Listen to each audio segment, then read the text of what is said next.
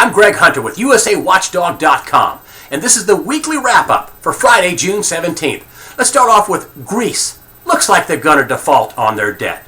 Now, this could cause a daisy chain of problems with the CDO market, collateralized debt obligations and derivatives, and also a problem with the other pigs. The pigs are Portugal, Italy, Ireland, Greece, Spain. The other countries could go, hey, well, if they're going to default, we're going to default too. This is a huge problem, even if it's just Greece. And the reason why is because European banks are exposed to a lot of this debt. On top of that, it could be a problem for U.S. money market funds. Now, I know what you're thinking. You're thinking, hey, well, I have dollars in my money market fund. No, you have shares. One share, $1. If they break the buck, one share, 80 cents. One share, 95 cents. Who knows? The U.S. government does have an implicit guarantee, but when do the guarantees stop, or when do the guarantees and all the money printing affect the money and make it go poof, worthless?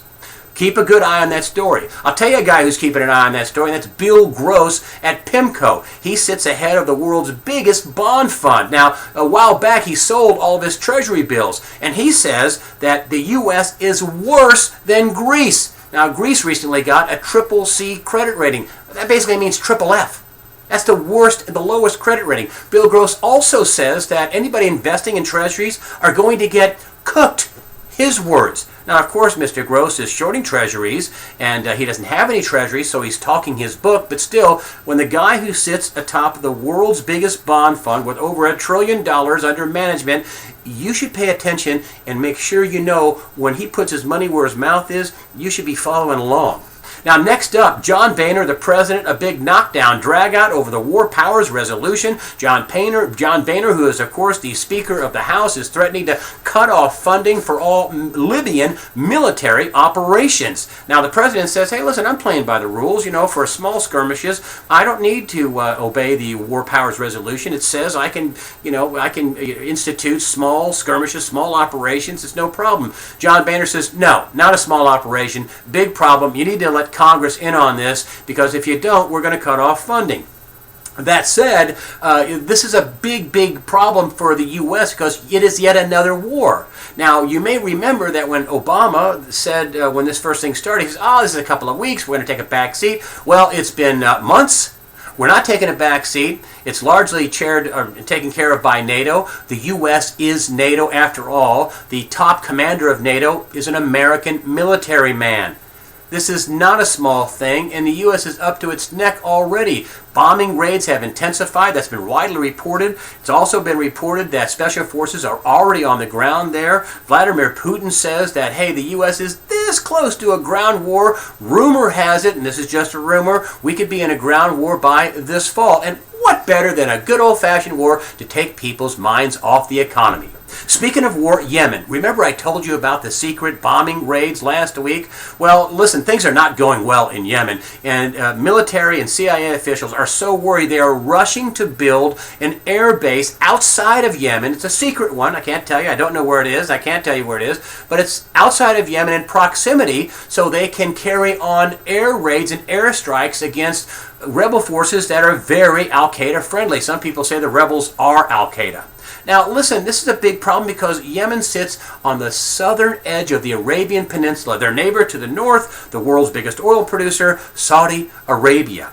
Now, listen, they don't have to take over Saudi Arabia. They can simply just use Yemen as a launching pad to go in and create mischief. Bomb refineries, bomb wellheads, bomb shipping. They could do all kinds of things from Yemen that would be bad for the West because gasoline, oil prices, and all kinds of oil products would skyrocket, which would punish the West. Keep a close eye on Yemen. I still think it's the most underreported story out there. A couple of other tidbits. The mortgage electronic registry systems suffered another big blow in state court. A New York appellate court basically told Mears with all these mortgages they have filed electronically, some 60% of all mortgages, some about 65 million mortgages in America, that, hey, you know what? You can't foreclose on people without the promissory note, without the paperwork. This is a big blow to the banksters, and chalk one up for the people. Next little tidbit, Ron Paul came out and said, in the next couple of years, inflation could hit 50%. I thought that was pretty significant that a presidential candidate came out and said, with all the money printing going on out here, we could have a 50% inflation rate in a couple of years. And I don't think that's that far-fetched. Now, the government numbers, which are gimmicked up and dumbed down, say that inflation is about 3.2%. But people like John Williams at shadowstats.com say that inflation is in reality, if you do it the way it was done before 1980, that inflation is really more than 11%. That 11% call is in his latest newsletter that's out. It's subscription only. And finally, the mainstream media. The mainstream media somehow thinks that this is that the economy, all of a sudden, they've come to the revelation that the economy isn't very good. There was a recent Daily Beast Newsweek poll that said people were angry. There was a Jack Cafferty out there this past week with a question saying, could violence erupt in America? Time magazine has a big cover that says, what recovery? I've been saying that for months here on USAWatchdog.com. And my favorite, James Carville, big-time Democratic strategist, came out and said, hey, if this unemployment situation keeps going, we could have violence. I'm paraphrasing that. That's about what he said, though. Listen, when a big-time Democratic strategist like James Carville says on the Don Imus show that, hey, we could have violence if this economy gets much worse, this must be what the political and financial elite are talking about and worried about. And I think the mainstream media finally coming up and saying, hey, listen, the economy isn't so good, basically shows that things not only are not very good, but are really, really bad. And they are now verbalizing it. And finally, Anthony Weiner. And what has been deemed as Weinergate. I'm so happy that he resigned. Not because I dislike him. Actually, I feel a little sorry for him.